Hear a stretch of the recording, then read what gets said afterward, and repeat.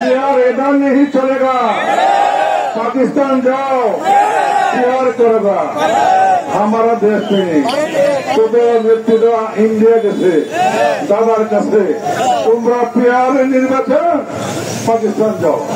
এই ঘাটিতে কেউ যদি ঢিল মারে তাকে চাপাটা ঘাট খাইতে হবে।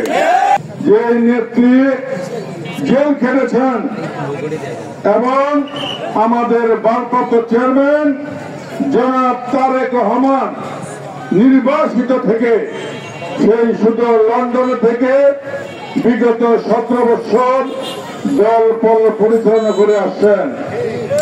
দেশনেত্রী বেগম খালেদা জিয়ার ছোট ছেলে কোকোকে স্লোপ বিষ পান করে মালয়েশিয়াতে খুন করা হয়েছে।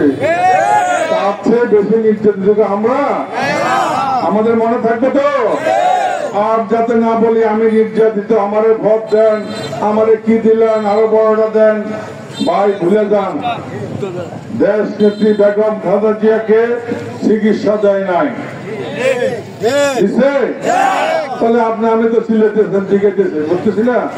আমরা অনেক ভালো আছি, আমরা নির্যাতিত।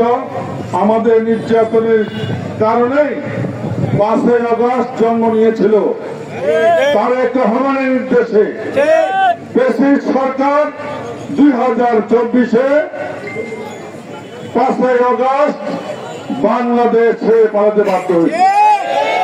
আওয়ামী লীগ তো সব লোক পালায় নেই, যারা দাগি আসামি তারা পালাইছে। সাধারণ লোক আছে না, আমরা কি তাদেরকে ডিস্টার্ব করি?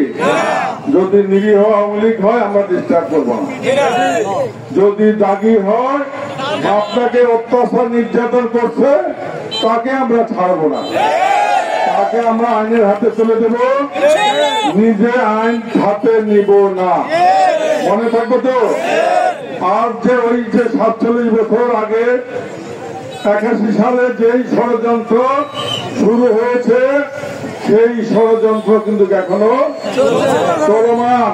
আজকে একটি দল বলতেছে পেয়ার নির্বাচন, ভালোবাসার নির্বাচন। পেয়ার হতা হয়, पेयर वोटे नहीं होता है, पेयर इधर नहीं चलेगा, पाकिस्तान जाओ पेयर करेगा हमारा देश में তোদের নেতৃত্ব ইন্ডিয়া গেছে দাদার কাছে তোমরা পেয়ারে নির্বাচন পাকিস্তান যাও।